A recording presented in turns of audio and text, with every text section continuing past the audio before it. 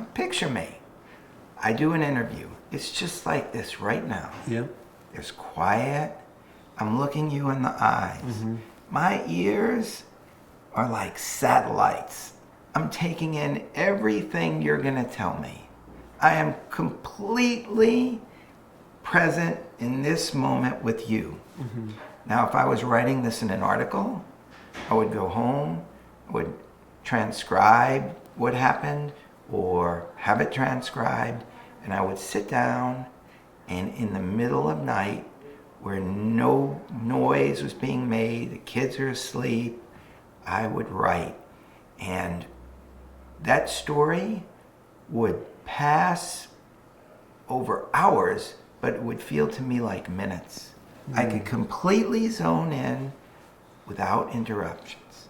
So that's where I was before I met you. Oh my God. Listen to what you did to me. I messed it up. Listen to what you did to me. No, you took me to a great place. Okay. And I'm so grateful because you showed me what I'm capable of. And it's exponentially greater than where I was before. But it came with this whole new territory that I was completely unprepared for, right? So I'm dying to know. I start to give speeches. And Yep. you were the one in the long line at Summit at Sea who asked me, Cal, is this the first? No, you said, how long have you been speaking? Yeah. And I said, this is the first one. And you said, oh, you should be doing this. Yeah. And I started to do it. And that took me to conferences and then companies. And then when I was at the companies, Yeah. I often had a chance to listen in to the other presenters and to the CEOs. And I started to notice that many of these companies had difficulty honing in on their own stories. They had great stories, but they didn't know how to tell them or tell them in a uniform way. Right. And so I started to help the companies tell their stories. So I started a little business. And then I met a sales guy, right? And he says to me, Cal, when Apple wanted to sell their products, who got up on stage to sell them? And I said, Steve Jobs. He said, you get it? You're the CEO of your company. You've got to get up on stage and sell. And that turned me into a salesperson. This is completely different because now you're on the phone all the time. Meetings are being arranged. Meetings are being canceled. They're being changed. Ding, ding. The phone is ding, ding, ding, ding, ding, ding. And I'm going from appointment to appointment to appointment. My mind is being fragmented into 500 places. And now I need to learn how to concentrate in that world, which is really the world that most people are living in. Yeah. How?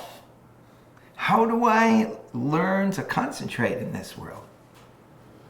That's a great question. I mean, in hearing your story and what you've shared with me in your journey from being a writer to a speaker and now a consultant, advisor, it seems to me, I mean, for me, I kind of went through that journey of being a monk, leaving the monastery. Now I'm a Hindu priest and a consultant and an advisor to business owners and athletes. So you went through the same process. I went through the exact same process. One of the biggest things I learned is that one of the biggest distractions in life as an entrepreneur and someone who's growing the business is opportunity. What? Everybody loves an opportunity. Yeah, that's the bad thing. Opportunity is one of the biggest distractions in life, right? Opportunities that are not aligned with the purpose of your business are distractions. So someone comes up to you, Cal, you should do this, you should do that.